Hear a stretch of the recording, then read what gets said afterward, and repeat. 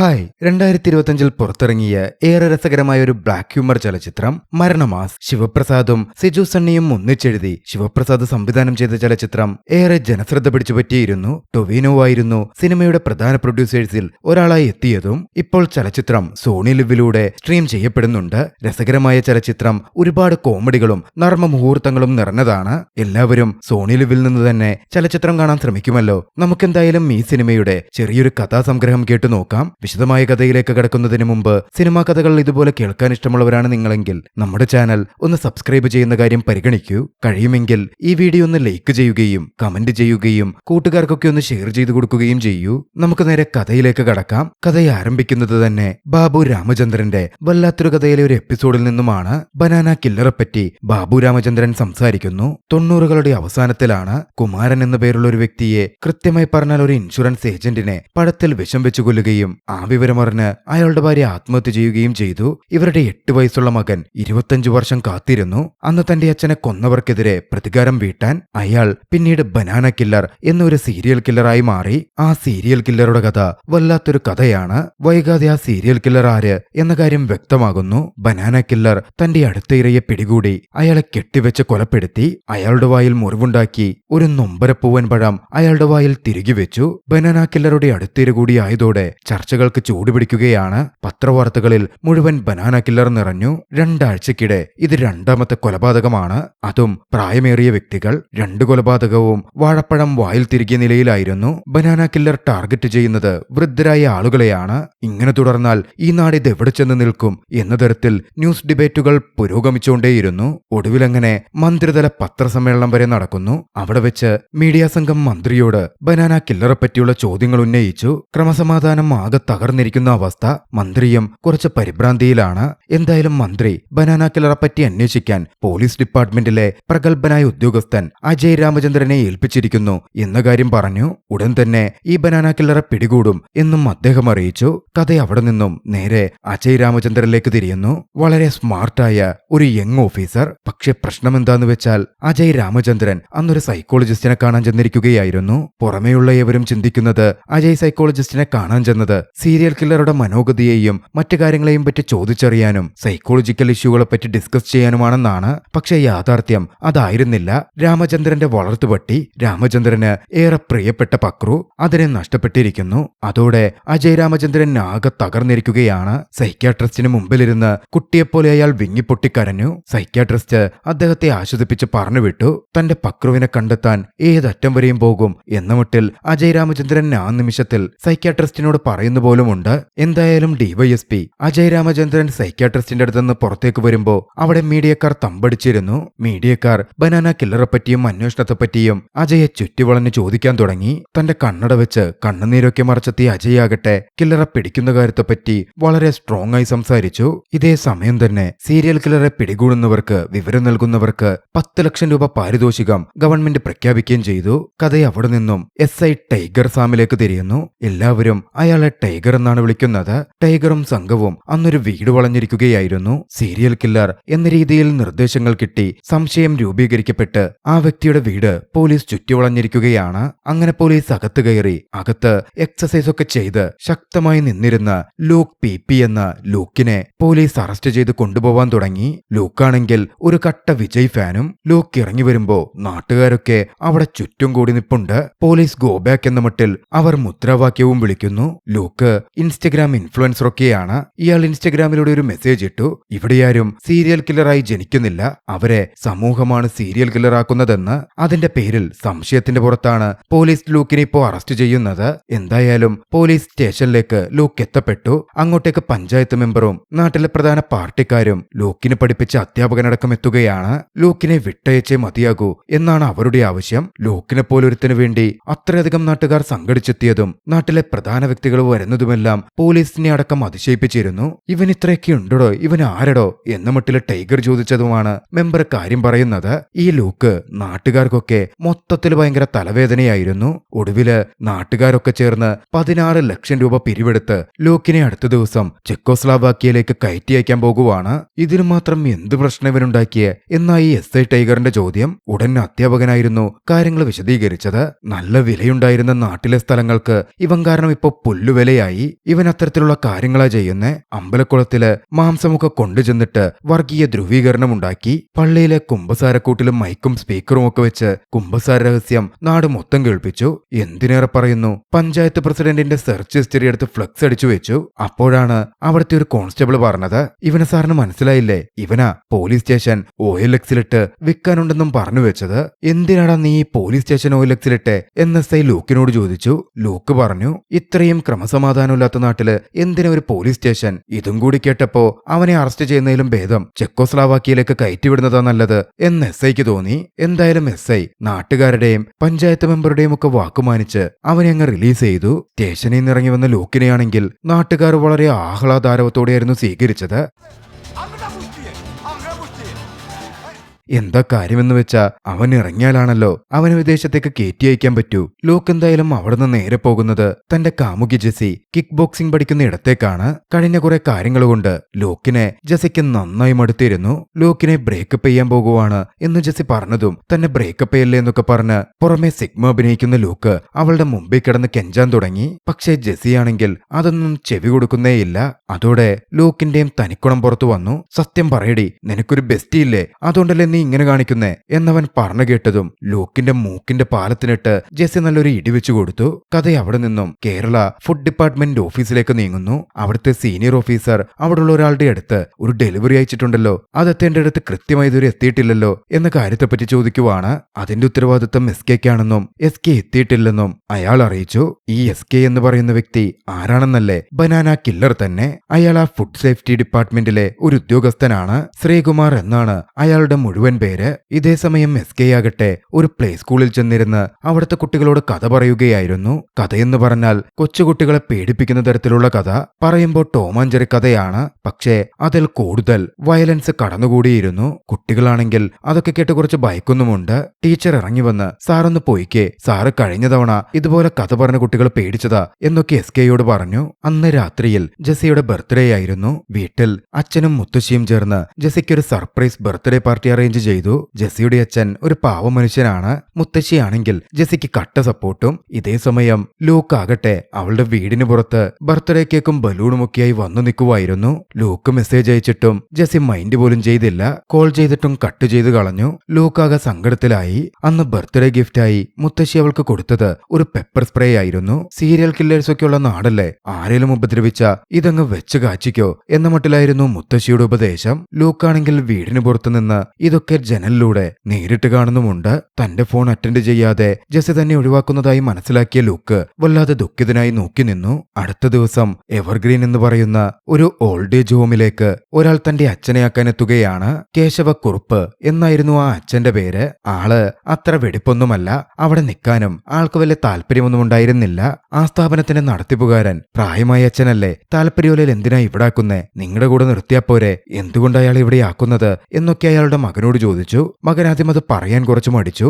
ഒടുവിൽ ഉപദേശവും ചോദിക്കലും വീണ്ടും തുടർന്നപ്പോ അയാള് പറഞ്ഞു, സ്വന്തം മരുമോളുടെ ചന്തിക്ക് കയറി പിടിച്ച ആളെ പിന്നെങ്ങനെയാ വീട്ടിൽ നിർത്തുക? അത് കേട്ടതും കേശവക്കുറുപ്പിന്റെ തനി സ്വഭാവം ഓൾഡ് ഏജ് ഹോം നടത്തിപ്പുകാരന് മനസ്സിലാകുന്നുണ്ട്. അയാള് നോക്കുമ്പോ കേശവക്കുറുപ്പത ഓൾഡ് ഏജ് ഹോമിലെ സ്ത്രീകളോട് ഫ്ലൈറ്റ് ചെയ്തൊക്കെ നിൽക്കുവാണ്. പോകുന്നതിനു മുമ്പ് സ്ഥാപനം നടത്തിപ്പുടമയോട് ആ മകൻ പറഞ്ഞു, അച്ഛന് ആസ്മയുടെ അസുഖമുള്ളതാ, അതുകൊണ്ട് ഒന്ന് ശ്രദ്ധിച്ചേക്കണം. അതിനെന്താ ശ്രദ്ധിച്ചേക്കാലോ എന്നായിരുന്നു അയാളുടെ മറുപടിയും. അന്നായിരുന്നു അതും സംഭവിച്ചത്. സീരിയൽ കില്ലർ കിടപ്പ് രോഗിയായ ഒരു വൃദ്ധനെ പിടിച്ച് തട്ടിക്കൊണ്ടുപോയി. നീ ആരാടാ എന്ന മട്ടിൽ അയാൾ ചോദിച്ചപ്പോ, ഞാൻ നിന്റെ കാലനാടാ എന്നായിരുന്നു സീരിയൽ കില്ലറിന്റെ മറുപടി. തന്റെ പതിവ് രീതിയിൽ ആ വൃദ്ധനെയും കൊലപ്പെടുത്തി വായിൽ സീരിയൽ കില്ലർ പഴവും തിരികെ വെച്ചു. കൃത്യമായി പറഞ്ഞാൽ നൊമ്പര പൂവൻ പഴം. അടുത്ത ദിവസം ബോഡി കിട്ടി. പോലീസ് എത്തി പരിശോധനയും ആരംഭിച്ചു. ഇതേസമയം അങ്ങോട്ടേക്ക് എത്തിയിരുന്ന DYSP അജയ് രാമചന്ദ്രൻ ആകട്ടെ പോലീസ് തെളിവെടുപ്പ് നടത്തുമ്പോൾ തന്റെ പട്ടിയെ കാണാതായ പോസ്റ്റർ അവിടൊക്കെ ഒട്ടിച്ചുകൊണ്ടിരിക്കുവായിരുന്നു. തന്റെ ആദൗത്യം കഴിഞ്ഞതും സീരിയൽ കില്ലർ അടുത്ത ആളെ തിരയാൻ തുടങ്ങി. ഒരു വീട്ടിലേക്കും എത്തി. ആ വീടാകട്ടെ കേശവക്കുറുപ്പിന്റെ വീടായിരുന്നു. കേശവക്കുറുപ്പിനെ അവിടെ കാണാതെ സീരിയൽ കില്ലർ നിരാശയോടെ തിരികെ പോന്നു. ഇതേസമയം കേശവക്കുറുപ്പാണെങ്കിൽ ആശ്രമത്തിൽ ഉലാത്തുകയാണ്. ആ വൃദ്ധാശ്രമത്തിലെ ജീവിതം അയാൾക്കത്ര സുഖിക്കുന്നുണ്ടായിരുന്നില്ല. എല്ലാവരുടെയും കണ്ണുവെട്ടിച്ച് പുറത്തു ചാടാനായിരുന്നു അയാളുടെ പദ്ധതി. ഈ സമയം DYSPയുടെ പട്ടി അയാളുടെ അടുത്തേക്ക് എത്തിയിരുന്നു. ആ പട്ടി കേശവക്കുറുപ്പിനെ കേശവക്കുറുപ്പിന്റെ കൂടെ തന്നെയുണ്ട്. കേശവക്കുറുപ്പ് പക്രു എന്ന ആ പട്ടിയെ ഒഴിവാക്കാൻ നോക്കിയെങ്കിലും പക്രു അയാളുടെ കൂടെ തന്നെ നിൽക്കുമായിരുന്നു. ഒടുവിൽ എല്ലാവരുടെയും കണ്ണു തെറ്റിയ ഒരു നിമിഷത്തിൽ കേശവക്കുറുപ്പ് വൃദ്ധാശ്രമത്തിന്റെ മതില് ചാടി. പക്രുവും പിന്നാലെ ചാടി കേശവക്കുറുപ്പിന്റെ കൂടെ ചെല്ലാൻ തുടങ്ങി. ഇത് പണിയാക്കുമെന്ന് കണ്ട കേശവക്കുറുപ്പ് പക്രുവിനെ അവിടെ ഉണ്ടായിരുന്ന ഒരു വണ്ടിയിൽ ബന്ധിച്ചു വെച്ചു. പിന്നാലെ അവിടെ നിന്നും നടന്ന് അടുത്തുള്ള ബാറിലേക്ക് ഒന്ന് മദ്യപിക്കാനും കയറി. ഇതേ സമയം സീരിയൽ കില്ലറായ SK ബാറിലിരുന്ന് മദ്യപിക്കുന്നുണ്ട്. കേശവക്കുറുപ്പിന്റെ ഫോട്ടോ നോക്കി കേശവക്കുറുപ്പിനെ ഇതുവരെയും കിട്ടിയില്ലല്ലോ, തന്റെ പ്രതികാരം തീർക്കാൻ പറ്റിയില്ലല്ലോ എന്ന് ചിന്തിച്ചിരിക്കുകയാണ് ആ കില്ലർ. അപ്പോഴതാ കേശവക്കുറുപ്പ് അയാളുടെ തൊട്ടുമുമ്പിലെത്തിയിരിക്കുന്നു. തേടിയ വള്ളി കാലിൽ ചുറ്റി എന്ന ഭാവമായിരുന്നു കില്ലർക്ക്. കേശവക്കുറുപ്പിനെ കൊണ്ടുപോയി തട്ടാം എന്ന കാര്യം കില്ലർ ഉറപ്പിച്ചു. കേശവക്കുറുപ്പിന് അവിടെ ഇരുന്നുകൊണ്ട് തന്നെ അയാൾ മദ്യം വാങ്ങിക്കൊടുത്തു. കേശവക്കുറുപ്പുമായി നല്ലൊരു ടേംസിലെത്തി. പിന്നാലെ നൊമ്പര പൂവമ്പഴം ഓൺലൈനിൽ ഓർഡറും ചെയ്തു. പിന്നാലെ കേശവക്കുറുപ്പിനെയും കൂട്ടിക്കൊണ്ട് അവിടെ നിന്ന് പുറത്തേക്കിറങ്ങി പോവാൻ ആരംഭിച്ചു. അപ്പോഴേക്കും ഡെലിവറിയായി നൊമ്പര പൂവമ്പഴവും എത്തി. അത് വാങ്ങിവെച്ച് കേശവക്കുറുപ്പിനെയും കൂട്ടി പോകുമ്പോ വഴിയിൽ വെച്ചതാ കേശവക്കുറുപ്പ് ഛർദ്ദിക്കുന്നു. ഒടുവില് സീരിയൽ കില്ലറിന് ആ ഛർദ്ദൽ വരെ കോരിമാറ്റേണ്ടി വന്നു. അയാൾ ഛർദി കോരിക്കൊണ്ടിരിക്കുമ്പോ കിട്ടിയ തക്കത്തിന് കേശവക്കുറുപ്പ് അതുവഴി വന്ന ബസ്സിൽ കയറി. കില്ലർക്ക് നോക്കി നിൽക്കാൻ പറ്റുമോ? അയാൾ മൂടിയൂടി ആ ബസ്സിൽ തന്നെ കയറുവാണ്. കേശവക്കുറുപ്പ് ബസ്സിലും വെറുതെ ഇരിക്കുമോ? അവിടെയും അയാൾ വെറുതെ പ്രശ്നമുണ്ടാക്കാൻ തുടങ്ങി. ആ ബസ്സിലെ കണ്ടക്ടറായിരുന്നു ഏറെ പാവത്താനായ അരുവി എന്ന് വിളിക്കുന്ന അരവിന്ദൻ. ബസ്സിന്റെ ഡ്രൈവർ ജിക്കു എന്ന് ഏവരും വിളിക്കുന്ന ജിതിൻ കുമാർ. അരുവി ഒരു തരത്തിൽ കള്ളുകുടിച്ചു വന്ന വ്യക്തിയാണെന്ന് മനസ്സിലാക്കി കേശവക്കുറുപ്പിന്റെ പ്രശ്നങ്ങളൊക്കെ ഒതുക്കി തീർക്കാൻ നോക്കുന്നുണ്ട്. സീരിയൽ കില്ലറും ഇതൊക്കെ കണ്ട് ബസ്സിൽ തന്നെ ഉണ്ടായിരുന്നു. ഡ്രൈവർ ജിക്കുവിന്റെ കല്യാണം ഉറപ്പിച്ചിട്ട് ഒരുപാടൊന്നും ആയിട്ടില്ല. 16-ാം തീയതി കല്യാണമാണ്. എപ്പോഴും താൻ കെട്ടാൻ പോകുന്ന പെണ്ണുമായി ശൃംഗരിക്കലാണ് ജിക്കുവിന്റെ പ്രധാന ജോലി.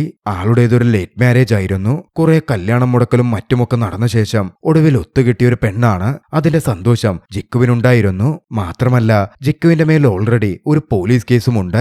നാളുകൾക്ക് മുമ്പ് ബ്രേക്ക് പോയി പോലീസുകാരെ ഇടിക്കാൻ വേണ്ടി ബസ് ഓടിച്ചു കയറ്റി എന്നതായിരുന്നു ജിക്കുവിന്റെ കുറ്റം. അന്ന് ബ്രേക്ക് പോയതാണ് എന്ന് ജിക്കു പറഞ്ഞിട്ടും പോലീസ് അതൊന്നും അംഗീകരിച്ചിരുന്നില്ല. അതുകൊണ്ട് തന്നെ ജിക്കു ഒരു പാവത്താനാണെങ്കിലും നാട്ടിൽ ഒരു ഗൗരവം ലുക്കും ഒരു റൗഡി ലുക്കുമൊക്കെ ജിക്കുവിനുണ്ടായിരുന്നു. ബസ് അങ്ങനെ യാത്ര തുടർന്നുകൊണ്ടിരുന്നു.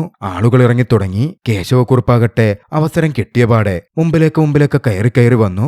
ഒടുവിൽ ബസ്സിൽ യാത്ര ചെയ്തിരുന്ന ജെസിയുടെ പിന്നിലായി വന്നിരുന്നു. ബാക്കിയെല്ലാവരും ഇറങ്ങി. സമയം രാത്രിയോടടുത്തപ്പോ ബസ്സിലാകെ സീരിയൽ കില്ലർ SKയും ജെസിയും കേശവക്കുറുപ്പും ജിതിനും മാത്രമായി മാറി. അവസരം മുതലെടുത്ത കേശവക്കുറുപ്പാകട്ടെ തന്റെ ഞരമ്പൻ സ്വഭാവം പുറത്തെടുത്ത് ജെസിയുടെ കഴുത്തിലൂടെയും മറ്റും കൈയൊടിക്കാൻ ആരംഭിച്ചു. ആദ്യമൊക്കെ ജെസി വിട്ടുകളഞ്ഞ് ക്ഷമിച്ചിരുന്നെങ്കിലും ഒരു ഘട്ടം കഴിഞ്ഞപ്പോ ജെസിക്ക് സഹിക്കാൻ പറ്റാതായി. പെട്ടെന്നാണ് അവൾ മുത്തശ്ശി കൊടുത്ത പെപ്പർ സ്പ്രേയുടെ കാര്യം ആലോചിച്ചത്. ഒട്ടും മടിച്ചില്ല. അവൾ പെപ്പർ സ്പ്രേ എടുത്ത് അത് അയാൾക്ക് നേരെ പ്രയോഗിച്ചു. വേദന കൊണ്ട് കേശവക്കുറുപ്പ് പൊളയുന്ന പോലുമുണ്ട്. ഇത് കണ്ട് അരുവിയടക്കം സന്തോഷിച്ചിരുന്നു. അയാളുടെ ഉപദ്രവങ്ങൾ മുമ്പേ തൊട്ടേ കണ്ടിരുന്ന അരുവി അയാൾക്കത് വേണ്ടതാണ് എന്ന മട്ടിലായിരുന്നു. പക്ഷേ കുറച്ചു സമയം പിന്നിട്ടപ്പോഴാണ് അവരെല്ലാം ഞെട്ടലുണ്ടാകുന്നത്. പെപ്പർ സ്പ്രേ അടിച്ച് ആസ്മയുടെ പ്രശ്നം സംഭവിച്ച അയാൾ ആ നിമിഷം കൊല്ലപ്പെട്ടിരുന്നു. സീരിയൽ കില്ലർ ഒച്ചയുണ്ടാക്കി വണ്ടി നിർത്തിച്ചു. പിന്നാലെ അയാൾ ജെസി കൊന്നു എന്ന് പറഞ്ഞ് ചെറിയ സീനുണ്ടാക്കി. ജെസിയാണെങ്കിൽ പേടിച്ച് കരയാനും തുടങ്ങി. ഇയാൾ ഇങ്ങനൊന്നും മരിക്കേണ്ട വ്യക്തിയല്ല എന്നൊക്കെ സീരിയൽ കില്ലർ പറയുന്നുമുണ്ട്. ജിക്കു ആകട്ടെ എന്റെ കല്യാണം വരാൻ പോകുക, പ്രശ്നമൊന്നും പറ്റില്ല, വണ്ടി സ്റ്റേഷനിലേക്ക് എടുക്കാം എന്ന് പറഞ്ഞു. സ്റ്റേഷനിലേക്ക് വണ്ടി പോയാൽ പ്രശ്നമായാലോ എന്ന് സീരിയൽ കില്ലർ ഭയന്നിരുന്നു. അതുകൊണ്ട് അതൊന്നും വേണ്ട, നിങ്ങൾക്കൊക്കെ വേണ്ടി ഈ ബോഡി ഞാൻ ഏറ്റെടുത്തോളാം എന്ന മട്ടിൽ SK പറയുകയാണ്. അത് കേട്ട് ആദ്യം അരുവിയും ജിക്കുവും ഒന്ന് ഞെട്ടിയിരുന്നു. ജെസിയാണെങ്കിൽ പേടിച്ച് കരഞ്ഞുകൊണ്ടേയിരിക്കുവാണ്. അങ്ങനെ വെറുതെ ഇയാളെന്തിനാ ഇത്രയും വലിയ റിസ്ക് എടുക്കുന്നേ എന്ന് മട്ടിൽ ജിക്കു ചോദിച്ചപ്പോ വെറുതെ അല്ല, എനിക്ക് പണം വേണം എന്നായി സീരിയൽ കില്ലർ. എത്ര പണം വേണമെന്ന് ചോദിച്ചപ്പോ അയാൾ പറയാൻ മടിച്ചു നിന്നു. അരുവി തന്നെ 5 ലക്ഷമാണോ എന്ന് ചോദിച്ചപ്പോ അതെ 5 ലക്ഷം എന്ന മട്ടിൽ സീരിയൽ കില്ലർ പറഞ്ഞു. 5 ലക്ഷത്തിന് എവിടെ പോകും എന്നൊരു പിടുത്തമുണ്ടായിരുന്നില്ല. എന്തായാലും അന്നത്തെ ബസിന്റെ കളക്ഷൻ 6000 ചില്ലാനം രൂപ എടുത്ത് അവൻ സീരിയൽ കില്ലർക്ക് കൊടുത്തു. തൽക്കാലം ഇത് മതി എന്ന് പറഞ്ഞ സീരിയൽ കില്ലർ ബോഡിയും എടുത്ത് ഇറങ്ങാൻ തുടങ്ങി. നോക്കിയപ്പോഴോ അവരുള്ളത് പോലീസ് സ്റ്റേഷന്റെ മുമ്പിലാണ്. ഉടനടി ജിക്കുവിനോട് വണ്ടി അവിടുന്ന് മാറ്റി അടുത്ത സ്റ്റോപ്പിൽ എത്തിച്ചാൽ മതി, താൻ അവിടെ ബോഡിയുമായി ഇറങ്ങിക്കോളാം എന്നായി സീരിയൽ കില്ലർ. എങ്ങനെയെങ്കിലും തലവേദന തങ്ങളുടെ തലേന്ന് ഒഴിഞ്ഞാൽ മതി എന്ന് ചിന്തിച്ച അവർ അവരൊക്കെയും ബോഡി SK ഏൽപ്പിച്ച് രക്ഷപ്പെടാനായിരുന്നു ശ്രമിച്ചത്. അടുത്ത സ്റ്റോപ്പിലേക്ക് വണ്ടി പായിച്ചു. സീരിയൽ കില്ലർ SKയ്ക്കാണെങ്കിൽ ഒരു ഉദ്ദേശമേയുള്ളൂ, ആ ബോഡി കൊണ്ടുപോയി തന്റെ കൊലപാതക രീതിയിൽ ആ ബോഡിയും പ്രദർശിപ്പിക്കണം. താനാണത് കൊന്നത് എന്ന മട്ടിൽ ലോകത്തെ അറിയിച്ച് അതിന്റെ ക്രെഡിറ്റ് നേടണം. അതുകൊണ്ടായിരുന്നു അയാൾ ആ ബോഡി ഏറ്റെടുക്കാൻ തയ്യാറായതും. ഇതേസമയം മറുവശത്ത് DYSP കേസുമായി ബന്ധപ്പെട്ട നിരീക്ഷണങ്ങളിലായിരുന്നു. കണക്ട് ചെയ്ത കാര്യങ്ങൾ നിരീക്ഷിച്ചപ്പോ സീരിയൽ കില്ലറുടെ അടുത്ത ടാർഗറ്റ് കേശവക്കുറുപ്പാണെന്ന കാര്യം അവർക്ക് മനസ്സിലാവുകയാണ്. കേശവക്കുറുപ്പിനെ പറ്റി അന്വേഷിക്കാൻ പോലീസ് സംഘം അങ്ങനെ ആശ്രമത്തിലെത്തി. ആശ്രമത്തിലുള്ളവർ കരുതിയിരുന്നത് കേശവക്കുറുപ്പ് അപ്പോഴും ആശ്രമത്തിലുണ്ടെന്നായിരുന്നു. പക്ഷേ അവിടെ നോക്കിയപ്പോഴോ കേശവക്കുറുപ്പ് പൂർണ്ണതോതിൽ മിസ്സിംഗ് ആണ്. അവിടുത്തെ CCTV അടക്കം പരിശോധിക്കുന്ന സമയത്ത് കേശവക്കുറുപ്പ് അവിടെയുണ്ടായിരുന്ന സമയത്ത് കേശവക്കുറുപ്പിനൊപ്പം അവിടെ തന്റെ പ്രിയപ്പെട്ട വളർത്തുനായ പക്രുവും ഉണ്ടായിരുന്നു എന്ന കാര്യവും DYSP അജയ്ക്ക് മനസ്സിലാകുന്നു. അതോടെ കേശവക്കുറുപ്പിന്റെ പിന്നാലെ പോയാൽ തന്റെ പക്രുവിനെയും കിട്ടും എന്ന് ചിന്തിച്ച അജയ് തന്റെ അന്വേഷണം മാവഴിക്ക് തിരിക്കുകയാണ്. ബസ്സാണെങ്കിൽ മുമ്പോട്ട് പോയിക്കൊണ്ടിരിക്കുവാണ്. ഈ സമയം അതാ ബൈക്കിൽ ഒരാള് ഒച്ചയുണ്ടാക്കി ബസ് നിർത്താൻ പറഞ്ഞ് ബസ്സിനെ ഫോളോ ചെയ്യുന്നു. അത് മറ്റാരുമായിരുന്നില്ല, ലൂക്കായിരുന്നു. ആ ബസ്സിൽ ജെസ്സിയുള്ള കാര്യം ലൂക്ക് അറിഞ്ഞിരുന്നു. ജെസ്സിയെ ചെക്കോസ്ലാവാക്യക്ക് പോകുന്നതിനു മുമ്പ് ഒന്ന് നേരിട്ട് കണ്ട് സംസാരിക്കാനാണ് അവൻ വരുന്നത്. പക്ഷേ ഡ്രൈവർ ബസ് നിർത്താൻ കൂട്ടാക്കുന്നുണ്ടായിരുന്നില്ല. ഒടുവിൽ ലൂക്ക് ബസ്സിന് വട്ടം വെച്ച് ബസ്സിനകത്ത് കയറി. ഞാൻ ഈ ബ്രേക്കപ്പിനെ സമ്മതിക്കില്ല എന്നൊക്കെ പറഞ്ഞ് ദേഷ്യപ്പെട്ടുകൊണ്ടാണ് അവൻ കയറുന്നതെങ്കിലും ബസ്സിനകത്ത് താൻ കേശവക്കുറുപ്പിനെ കൊന്ന കാര്യം ആലോചിച്ച് കരഞ്ഞുകൊണ്ടിരിക്കുന്ന ജെസ്സിയായിരുന്നു അവന് കാണാൻ സാധിച്ചത്. അയ്യോ മോളെ, ഞാൻ അങ്ങനെ ദേഷ്യപ്പെട്ട് കരയാനൊന്നും പറഞ്ഞതല്ല എന്നൊക്കെ പറഞ്ഞ് അവൻ ജെസ്സിയെ ആശ്വസിപ്പിക്കാൻ ശ്രമിച്ചു. അതുകൊണ്ടൊന്നും അല്ലട പൊട്ട എന്ന മട്ടിലായിരുന്നു ജെസ്സിയുടെ മറുപടി. ലൂക്കിനാണെങ്കിൽ കാര്യങ്ങളൊന്നും മനസ്സിലാവുന്നുമില്ല. ആരേലും ജെസ്സി ഉപദ്രവിച്ചോ എന്നായി ലൂക്കിന്റെ അടുത്ത ചിന്ത. ലൂക്ക് സീരിയൽ കില്ലറിനെതിരെയായിരുന്നു അതും പറഞ്ഞ് തിരിഞ്ഞതും. ഒടുവിലാണ് ലൂക്കിന് ആ സത്യാവസ്ഥ മനസ്സിലാവുന്നത്. ജെസ്സി ഒരാളെ കൊന്നു. അതുകൊണ്ടാണ് അവളങ്ങനെ കരയുന്നതെന്ന്. അത് കേട്ടതും ലൂക്ക് ഒന്ന് ഞെട്ടിയിരുന്നു. ജെസ്സിക്കെന്നാലും ഇങ്ങനെ പറ്റിയല്ലോ എന്നാലോചിച്ച് അവൻ നിൽക്കുമ്പോ അരുവി പറഞ്ഞു, പേടിക്കണ്ട, ബോഡി ഇയാളെ കൊണ്ടുപോക്കാമെന്ന് പറഞ്ഞിട്ടുണ്ട്. ലൂക്ക് പെട്ടെന്ന് സംശയത്തോടെ SKയെ നോക്കി. ഇയാളെന്തിനാ ഈ ബോഡി ഏറ്റെടുക്കുന്നേ? ഇയാളാരാ, എന്താ എന്നൊക്കെ. അതോടെ ലൂക്ക് SKയോട് ചോദിക്കുകയാണ്. 7000 രൂപയ്ക്ക് അയാൾ ബോഡി ഏറ്റെടുക്കുന്നുണ്ടെങ്കിൽ അയാൾ അതിനേക്കാൾ വലിയ വേന്ദ്രനായിരിക്കും എന്ന മട്ടിലായിരുന്നു ലൂക്കിന്റെ സംസാരം മുഴുവൻ. കൂട്ടത്തില് ഇയാളാണോ ആ സീരിയൽ കില്ലർ എന്ന മട്ടിൽ വരെ ലൂക്ക് ചോദിക്കുന്നുമുണ്ട്. പക്ഷേ താൻ കൃഷിക്കാരനാണ് എന്നൊക്കെ പറഞ്ഞ് ഒഴിഞ്ഞു മാറാനായിരുന്നു SK ആ നിമിഷം ശ്രമിച്ചത്. നിങ്ങളാണോ സീരിയൽ കില്ലർ എന്ന ലൂക്കിന്റെ ചോദ്യം കേട്ടതും SK ഒന്ന് ഞെട്ടിയിരുന്നു. അത് കണ്ടതും ലൂക്ക് ചിരിയോടെ പറഞ്ഞു, കണ്ടില്ലേ, സീരിയൽ കില്ലർ എന്ന് പറഞ്ഞപ്പോഴേ ഇയാൾ പേടിച്ചു വിറയ്ക്കുക. ഇയാളെങ്ങനെ സീരിയൽ കില്ലർ ആവുന്നേ? പക്ഷേ അതുകൊണ്ട് തന്നെ ഇയാളെപ്പോലെ പേടിക്കുന്നൊരുത്തന്റെ കയ്യില് ഈ ബോഡി കൊടുത്ത ഒരിക്കലും ശരിയാവില്ല. വേറെന്തെങ്കിലും വഴി കണ്ടെത്തണം. എന്ത് ചെയ്യുമെന്ന് ലൂക്ക് ചിന്തിച്ചു നിൽക്കിയാണ്. ആ ബസ്സിൽ ഒട്ടിച്ചിരുന്ന ഒരു ചരമ പോസ്റ്റർ ലൂക്കിന്റെ കണ്ണിൽപ്പെടുന്നത്. അന്ന് മരിച്ച ഒരാളുടെ ചരമ പോസ്റ്ററായിരുന്നു അത്.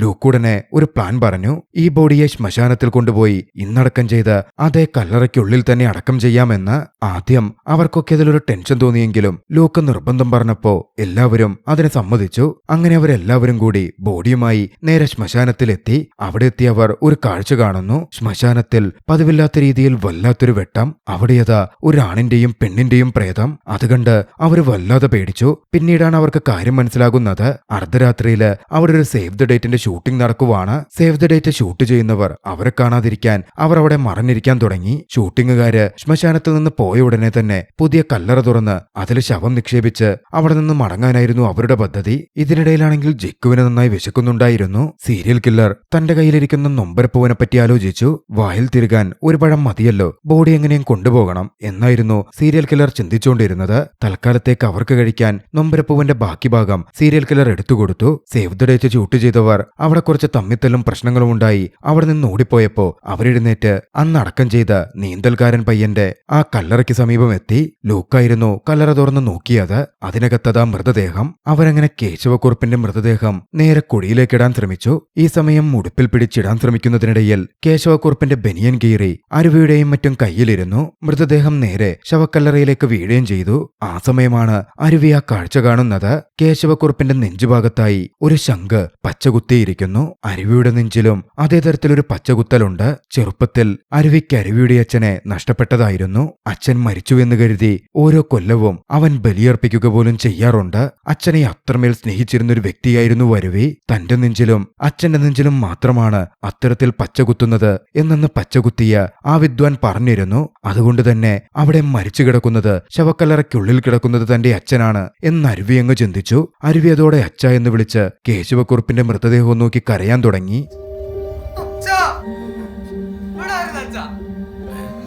അത് കേൾക്കുന്ന ചുറ്റിലുമുള്ളവർ അക്ഷരാർത്ഥത്തിൽ ഞെട്ടുന്നുണ്ട്. പിന്നാലെയാണ് കാര്യങ്ങൾ പ്രശ്നത്തിലേക്ക് നീങ്ങുന്നത്. തന്റെ അച്ഛനെ അങ്ങനെ ആ ശവക്കല്ലറയ്ക്കുള്ളിലിടാൻ പറ്റില്ലെന്നും ആചാരപൂർവ്വം അടക്കണം എന്നുമായി അരുവിയുടെ വാദം. പാവത്താൻ അരുവി കരയുന്നതും മറ്റും കണ്ടപ്പോ മറ്റാർക്കും അരുവിയെ എതിർക്കാനും പറ്റുന്നുണ്ടായിരുന്നില്ല.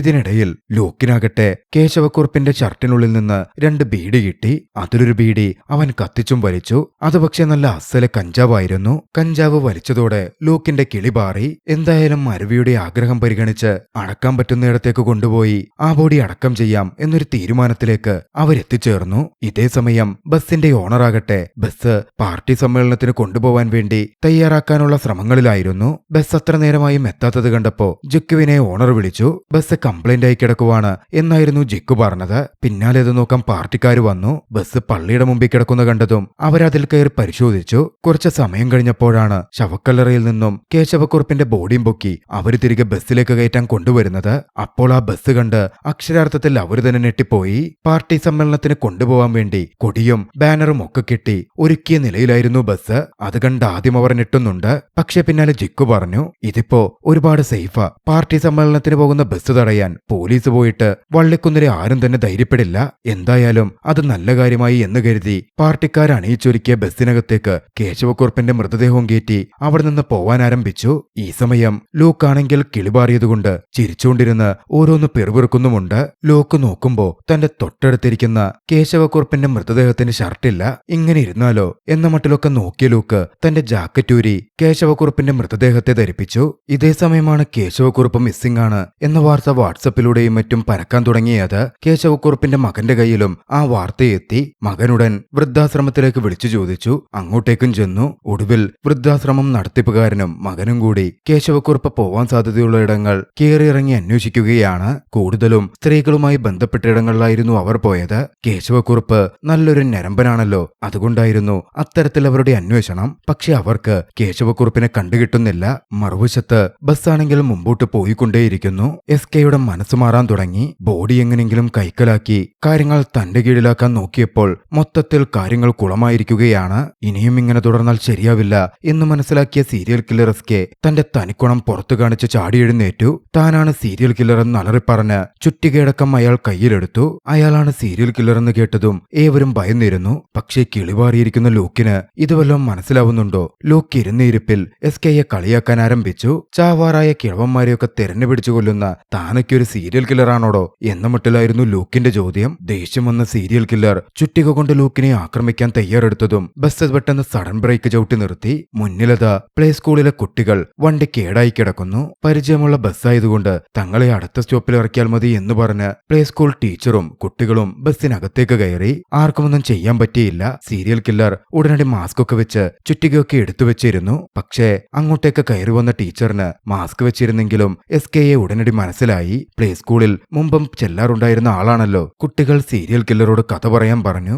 SK ആണെങ്കിൽ എഴുന്നേറ്റ് അന്ന് നടന്ന സംഭവങ്ങൾ കണക്ട് ചെയ്ത് പരോക്ഷമായി ഒരു കഥ പറയാൻ തുടങ്ങി. കഥ കേൾക്കുന്ന അരുവിയും ജിക്കുവും ജെസ്സിയും അടക്കം ഭയക്കുന്നുണ്ട്. ലൂക്കാണെങ്കിൽ കിളിവാറിയും ഇരിക്കുകയാണല്ലോ. അതിലൊരു കുട്ടി ലൂക്കിന്റെ മടിയിലുമായിരുന്നു ഇരുന്നിരുന്നത്. എന്തായാലും അടുത്ത സ്റ്റോപ്പ് എത്തിയപ്പോ ടീച്ചർ കുട്ടികളുമായിട്ട് ഇറങ്ങി. ഓരോ കുട്ടിയെയും അച്ഛന്മാരുമൊക്കെ വന്ന് കൂട്ടിക്കൊണ്ടുപോവുകയും ചെയ്തു. സീരിയൽ കില്ലർ വീണ്ടും അവരെ ഭയപ്പെടുത്താൻ തുടങ്ങി. ഇതിനിടയിൽ ബസ്സിന്റെ ഡ്രൈവർ ജിക്കു എന്ന് പറഞ്ഞ ബസ്സിൽ നിന്ന് ചാടിയിറങ്ങാൻ ശ്രമിച്ചു. ചാടിയിറങ്ങിയപ്പോഴോ അവൻ എത്തിപ്പെട്ടത് നേരെ പോലീസിന്റെ മുമ്പിൽ. SI ടൈഗർ അതാ വന്നു നിൽക്കുന്നു. പോലീസിനെ കണ്ട മാത്രയിൽ ടയർ പരിശോധിക്കാൻ എന്ന മട്ടിലേക്ക് ജിക്കു അഭിനയിക്കാൻ തുടങ്ങി. അതിനൊരു കാരണവുമുണ്ട്. സീരിയൽ കില്ലറിന്റെ പക്കൽ അവർ സെമിത്തേരിയിൽ പോയ ഫോട്ടോസൊക്കെ ഉണ്ടായിരുന്നു. അവരും ഈ കൊലപാതകത്തിൽ പങ്കാളികളാണ് എന്ന് പോലീസിന് ഒറ്റുകൊടുക്കും എന്ന് സീരിയൽ കില്ലർ അവരെ ഭയപ്പെടുത്തിയിട്ടുമുണ്ട്. അതുകൊണ്ട് ജിക്കു പോലീസിനോട് ഒന്നും വിട്ടുപറയുന്നില്ല. ഇതിനിടയിൽ ബസ്സിനകത്തിരുന്ന ലൂക്കിനെ ടൈഗർ കണ്ടു. ഈ സമയം ബസ്സിനകത്ത് മരിച്ചിരിക്കുന്ന കേശവക്കുറുപ്പിനെ ടൈഗർ കാണുന്നുമില്ല.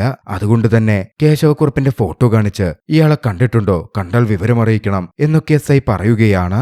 അവിടെ നിന്ന് ശരിയാവില്ലെന്ന് കണ്ടതും ടൈഗർ അവിടുന്ന് വലിഞ്ഞു. ഈ സമയം ജെസ്സി പുറത്തേക്കിറങ്ങി ഡ്രൈവർ ജിക്കുവിന്റെ അടുത്തെത്തി. ജിക്കുവിനോട് പറഞ്ഞു, ഒരു പ്രശ്നമുണ്ട്, നിങ്ങൾ പോലീസുകാരുമായി സംസാരിച്ചു നിൽക്കുന്ന തക്കത്തിന് ആ സീരിയൽ കില്ലർ അയാളുടെ ബോഡിയും എടുത്തുകൊണ്ട് പോയി. മാരണം മുഴിഞ്ഞല്ലോ എന്നോർത്ത് ജിക്കു ആശ്വസിക്കുകയായിരുന്നു. പക്ഷേ അരുവിയാകട്ടെ തന്റെ അച്ഛന്റെ ബോഡി പോലും നല്ല രീതിയിൽ അടക്കം ചെയ്യാൻ തനിക്ക് പറ്റിയില്ലല്ലോ എന്നോർത്ത് കരയാൻ തുടങ്ങി. അപ്പോഴേക്കും ലൂക്കിന് ബോധം തെളിഞ്ഞിരുന്നു. കഞ്ചാവിന്റെ കെട്ടിറങ്ങിയിരുന്നു. കാര്യങ്ങൾ അറിഞ്ഞ ലൂക്ക് പറഞ്ഞു, ഒക്കെ ശരി തന്നെ, പക്ഷെ ഒരു പ്രശ്നമുണ്ട്. അയാൾ കൊണ്ടുപോയ ആ ബോഡിയിൽ എന്റെ ജാക്കറ്റുമുണ്ട്. ഉടൻ ജിക്കു പറഞ്ഞു, ജാക്കറ്റ് വേണമെങ്കിൽ പോട്ടടാ, നിനക്ക് വേണമെങ്കിൽ എന്റെ കല്യാണ ഡ്രസ്സ് തന്നെ തരാം. അപ്പോഴാണ് ലൂക്ക് പറയുന്നത്, അത് വലിയ പ്രശ്നമുണ്ട്, ആ ജാക്കറ്റില് എന്റെ പടമുണ്ട്. സംഗതി എന്തെന്നാൽ ലൂക്ക് ധരിക്കുന്ന ജാക്കറ്റിൽ അവന്റെ തന്നെ ചിത്രം അടിച്ചു വെച്ചിരുന്നു. ബോഡി എങ്ങാൻ പോലീസിനെ കണ്ടെടുക്കുമ്പോ ആ ജാക്കറ്റ് ഇട്ടിട്ടാണ് ഉള്ളതെങ്കിൽ അവനാണ് സീരിയൽ കില്ലർ എന്ന് പോലീസ് ഉറപ്പിക്കും. അങ്ങനെയാണെ കാര്യങ്ങൾ ആകെ കുടുങ്ങും. താനൊറ്റയ്ക്ക് എന്തായാലും അങ്ങനെ കീഴടങ്ങില്ല, അവരൊക്കെ കുടുങ്ങും എന്നും കൂടി ലൂക്ക് പറയുമ്പോ ജെസ്സിക്കും എല്ലാവർക്കും ദേഷ്യം വരുന്നുണ്ട്. ജെസ്സി ലൂക്കിനെ ഒരുപാടങ്ങ് വഴക്ക് പറഞ്ഞു, നിന്നെക്കൊണ്ട് ആർക്കും ഒരു ഉപകാരവുമില്ല, ഉപദ്രവം മാത്രമേ ഉണ്ടായിട്ടുള്ളൂ. ആദ്യം നാട്ടുകാർക്കായിരുന്നു ഉപദ്രവം, ഇപ്പോ എന്റെ പുറകെ നടന്ന് എനിക്കും ആകെ പ്രശ്നമായിരിക്കുന്നു. ജെസ്സിയുടെ ഈ വഴക്ക് പറച്ചിലൊക്കെ കേട്ട് ലൂക്കിനാകെ സങ്കടം വന്നു. അവളെ സഹായിക്കാൻ പോയിട്ടാണല്ലോ അവനിപ്പോ ഈ ഗതി വന്നത്, എന്നിട്ടും അവൾ തന്നെ കുറ്റം പറയുവാണല്ലോ എന്നോർത്ത്. ഞാൻ ആരെ സഹായിക്കാൻ പോയാലും അവസാനം എനിക്ക് ഇതൊക്കെയാ കിട്ടുന്നേ എന്ന് ലൂക്ക് സങ്കടത്തോടെ അരുവിയോടും ജിക്കുവിനോടുമൊക്കെ പുലമ്പാൻ തുടങ്ങി. ഈ സമയം എസ് ഐ ടൈഗർക്ക് ഒരു ഇൻഫർമേഷൻ കിട്ടിയിരുന്നു. ബസ്സിൽ യാത്ര ചെയ്ത കുട്ടികളുണ്ടല്ലോ, പ്ലേ സ്കൂളിലെ കുട്ടികൾ, അതിലൊരു കുട്ടി ഫോട്ടോ കാണിച്ചപ്പോ കേശവക്കുറുപ്പിനെ തിരിച്ചറിഞ്ഞിരിക്കുന്നു. കുട്ടിയോട് കൂടുതലായുള്ള ചോദ്യം ചെയ്യലിൽ കേശവക്കുറുപ്പിന്റെ മൃതദേഹത്തിനൊപ്പം ഉണ്ടായിരുന്നത് ലൂക്കാണ് എന്നും പോലീസ് മനസ്സിലാക്കി. അതോടെ ലൂക്കാണ് സീരിയൽ കില്ലർ എന്ന എസ് ഐ ടൈഗർ അങ്ങ് ഉറപ്പിച്ചു. ലൂക്കിനെ കില്ലറാക്കി. ലൂക്കിനെ പിടിച്ചുകൊടുത്താൽ 10 ലക്ഷം പ്രതിഫലം എന്ന മട്ടിൽ പോലീസ് വാട്സപ്പിലൂടെയും മറ്റും ആ വാർത്ത പ്രചരിപ്പിക്കാനും തുടങ്ങി. അധികം വൈകാതെ ലൂക്കിന്റെ ഫോണിലേക്ക് ഒരു കോൾ വന്നു. ലൂക്കിന്റെ അച്ഛനായിരുന്നു. മോനെ, നീ എവിടെയാടാ, എത്രയും പെട്ടെന്ന് വീട്ടിലേക്ക് വാടാ, ആഹാരം കഴിക്കണ്ടേ എന്നൊക്കെ ചോദിച്ച് വളരെ കെയറിങ്ങോടെയാണ് അച്ഛന്റെ വിളി. ഇത് കേട്ട ലൂക്കിനും കുറച്ച് അതിശയമായി. അത്രനാളും തന്നെ മൈൻഡ് പോലും ചെയ്യാത്ത അച്ഛനാണ് ഇത്രമാത്രം സ്നേഹത്തിൽ വിളിക്കുന്നത്. അച്ഛന്റെ അടുത്തേക്ക് പോണം എന്ന് ലൂക്ക് ചിന്തിച്ചു. ഇനി ഇവരുടെ പുറകെ നടന്ന് ഒന്നിനും പോവണ്ട, സംഭവിക്കുന്നത് സംഭവിക്കട്ടെ എന്നവൻ ചിന്തിച്ചിരുന്നു. പക്ഷെ സത്യമെന്തെന്നാൽ ലൂക്കിന്റെ അച്ഛന്റെ അടുത്ത് പോലീസ് എത്തിയിരുന്നു. മകനെ പിടിച്ചുകൊടുത്ത 10 ലക്ഷം കിട്ടും എന്ന പ്രതീക്ഷയിലായിരുന്നു ലൂക്കിന്റെ അച്ഛൻ അവനെ അങ്ങനെ വിളിച്ചതുപോലും. പിന്നാലെ ലൂക്കിന് കൂട്ടുകാരന്റെ കോളും വന്നു. ലൂക്കിനെ സീരിയൽ കില്ലറായി കാണിച്ച് 10 ലക്ഷം പ്രതിഫലം അനൗൺസ് ചെയ്ത് ഫോട്ടോ വാട്സപ്പിലും മറ്റും പ്രചരിക്കുന്ന കാര്യം കൂട്ടുകാരൻ അവനെ അറിയിച്ചു. എന്തായാലും കാര്യങ്ങൾ മനസ്സിലാക്കിയ ലൂക്ക് പോലീസിനെ പിടികൊടുക്കാൻ തീരുമാനിച്ചു. അരുവിയോടും ജെസ്സിയോടും ജിക്കുവിനോടും രക്ഷപ്പെട്ടു പൊക്കോളാൻ ലൂക്ക് പറഞ്ഞു. എല്ലാം താൻ ഏറ്റെടുത്തോളാമെന്നും അവരെയാരെയും താൻ ഒറ്റുകൊടുക്കില്ല എന്നും ഏറെ ഇമോഷണലായി ലൂക്ക് പറയുന്നുമുണ്ട്. അവരെ നിർബന്ധിച്ച് പറഞ്ഞയച്ച ലൂക്ക് അവിടെ നിന്ന് മാറി ഒരു കെട്ടിടത്തിനടുത്ത് വന്നിരിക്കാൻ തുടങ്ങി. അപ്പോഴതാ ഡിവൈഎസ്പിയുടെ നഷ്ടപ്പെട്ടു പോയ നായ പക്രു ലൂക്കിന്റെ അടുത്തെത്തിയിരുന്നു. ലൂക്കിന്റെ അടുത്ത് അത് ഇരിക്കാൻ തുടങ്ങി. അവിടെ ഒട്ടിച്ച പോസ്റ്ററിൽ നിന്നും പക്രുവിനെ ലൂക്ക് തിരിച്ചറിഞ്ഞു. എന്തായാലും പോലീസ് പിടിക്കാൻ പോവുകയാണല്ലോ, അതിനു മുമ്പ് ഒരു സഹായമായിക്കോട്ടെ എന്ന് കരുതി ഡിവൈഎസ്പിക്ക് ലൂക്ക് കോൾ ചെയ്തു. പക്രു ഇവിടെ ഉണ്ടെന്നും വന്നാൽ തരാമെന്നും പറഞ്ഞ് തന്റെ ലൊക്കേഷനും അയച്ചു കൊടുത്തു. താനുടൻ അങ്ങോട്ടേക്ക് വരാമെന്നും ഡിവൈഎസ്പി അജയ് പറഞ്ഞു. ആ സമയമാണ് ലൂക്ക് അത് കാണുന്നത്. പള്ളിയിൽ സേവ് ദി ഡേറ്റ് ഷൂട്ട് ചെയ്തുകൊണ്ടിരുന്ന ആ മണ്ടന്മാരുണ്ടല്ലോ, അവരതാ ടൗണിന്റെ നടുക്ക് വന്ന് നിൽക്കുന്നു. അതും ലൂക്കിന്റെ മുമ്പിൽ. അവരുടെ കയ്യിൽ ഡ്രോണൊക്കെയുണ്ട്. ലൂക്കിനുടൻ ഒരു ഐഡിയ തോന്നി. ഡ്രോൺ പറത്തുന്ന വ്യക്തിക്കടുത്ത് എന്ന് തന്റെ കൂട്ടുകാരനെ കാണാനില്ല, ഡ്രോണിലൂടെ ഒന്ന് നോക്കിത്തരാമോ എന്ന മട്ടില് ലൂക്ക് ചോദിച്ചു. ആദ്യം അയാൾ സമ്മതിച്ചില്ലെങ്കിലും ചെറുക്കൻ ആ ഫോട്ടോഗ്രാഫറോട് ഒന്ന് നിർബന്ധിച്ചതും ലൂക്കിനെ സഹായിക്കാൻ അയാൾ തയ്യാറായി. അങ്ങനെ ഡ്രോൺ ഉപയോഗിച്ച് ഒരു ട്രോളിയിൽ കേശവക്കുറുപ്പിനെയും കൊണ്ടുപോകുന്ന സീരിയൽ കില്ലറെ ലൂക്ക് നോക്കിക്കണ്ടു. പിന്നാലെ ലൂക്ക് ജെസ്സിയെ വിളിച്ച ആ കാര്യം അറിയിച്ചു.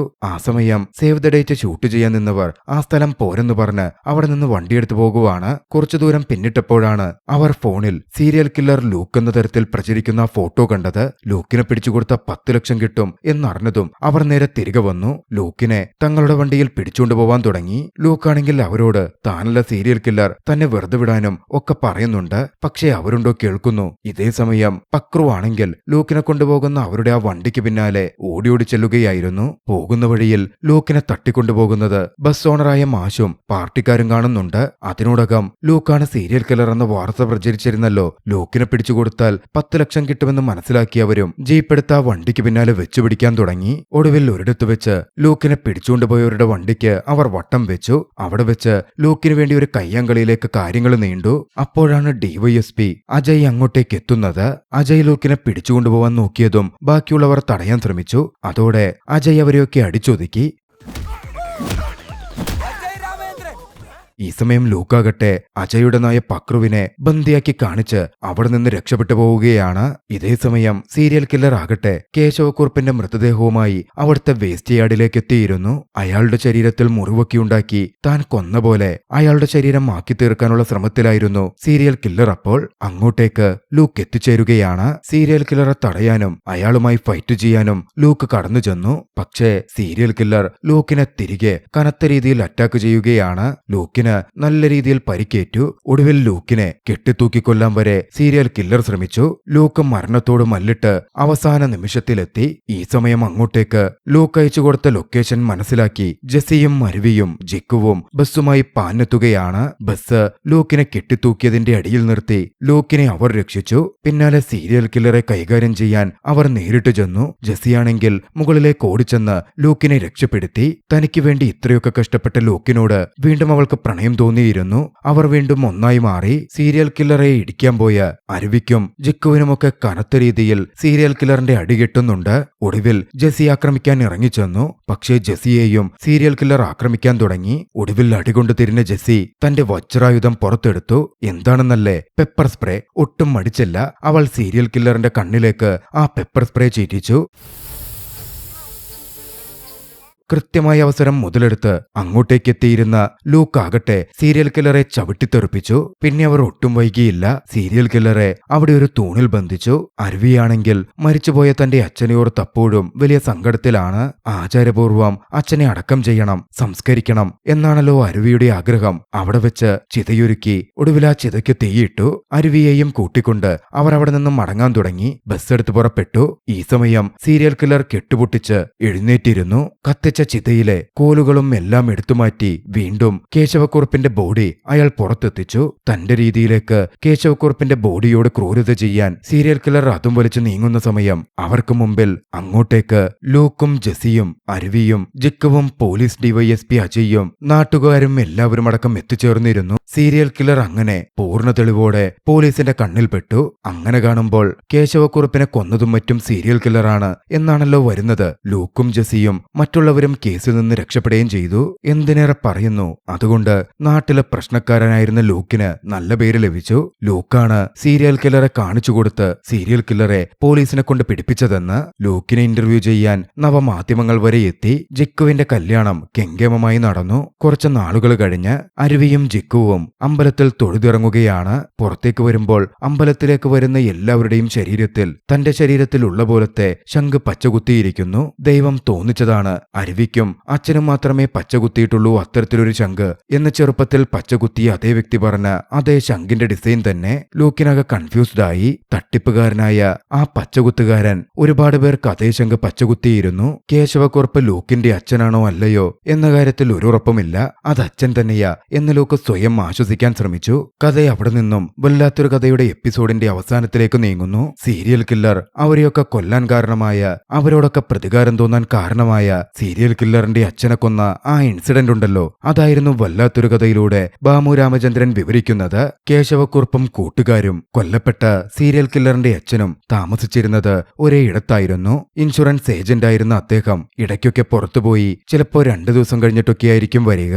അങ്ങനെയിരിക്കെ ഒരു ദിവസം അവരുടെ വീട്ടിൽ ഒരുപാട് എലിശല്യമുള്ളതുകൊണ്ട് കേശവക്കുറുപ്പും കൂട്ടുകാരും എലിവിഷം പഴത്തിൽ വെച്ച് പലയിടത്തായി വെച്ചു. നൊമ്പര പൂവമ്പഴം. അങ്ങനെ അവരാരും ഇല്ലാതിരുന്ന ഒരു ദിവസം സീരിയൽ കില്ലറിന്റെ അച്ഛൻ വീട്ടിലേക്ക് മടങ്ങിയെത്തുകയാണ്. പുട്ടുമായി വന്ന അയാൾ തന്റെ മുമ്പിൽ നൊമ്പരപ്പൂവൻ പഴമിരിക്കുന്ന കണ്ടതും എലിവിഷം അതിൽ വെച്ചിട്ടുണ്ടെന്നറിയാതെ അതെടുത്ത് പുട്ടുകുഴച്ച് ആസ്വദിച്ചു തിന്നു. അങ്ങനെ അയാൾ കൊല്ലപ്പെട്ടു. അതിന്റെ പേരിൽ കേശവക്കുറുപ്പും മറ്റുള്ളവരും പ്രതിയായി. തന്റെ ഭർത്താവ് മരിച്ച വിവരമറിഞ്ഞ് സീരിയൽ കില്ലറുടെ അമ്മ ആത്മഹത്യ ചെയ്തു. അതായിരുന്നു സീരിയൽ കില്ലറെ അത്തരത്തിൽ ഒരു സീരിയൽ കില്ലർ ആക്കി തീർത്ത കൊലപാതക പരമ്പരയിലേക്ക് നയിക്കാനുണ്ടായ മൂലകാരണം. അത് പറഞ്ഞുവെച്ചുകൊണ്ട് വല്ലാത്തൊരു കഥയും അവസാനിക്കുന്നു. അതോടെ സിനിമയും തീരുന്നു.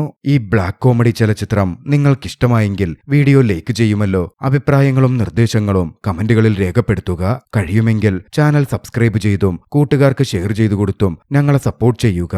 അടുത്ത എപ്പിസോഡിൽ മറ്റൊരു മികച്ച ചലച്ചിത്രവുമായി നമുക്ക് കണ്ടുമുട്ടാം. അതുവരെ ബൈ.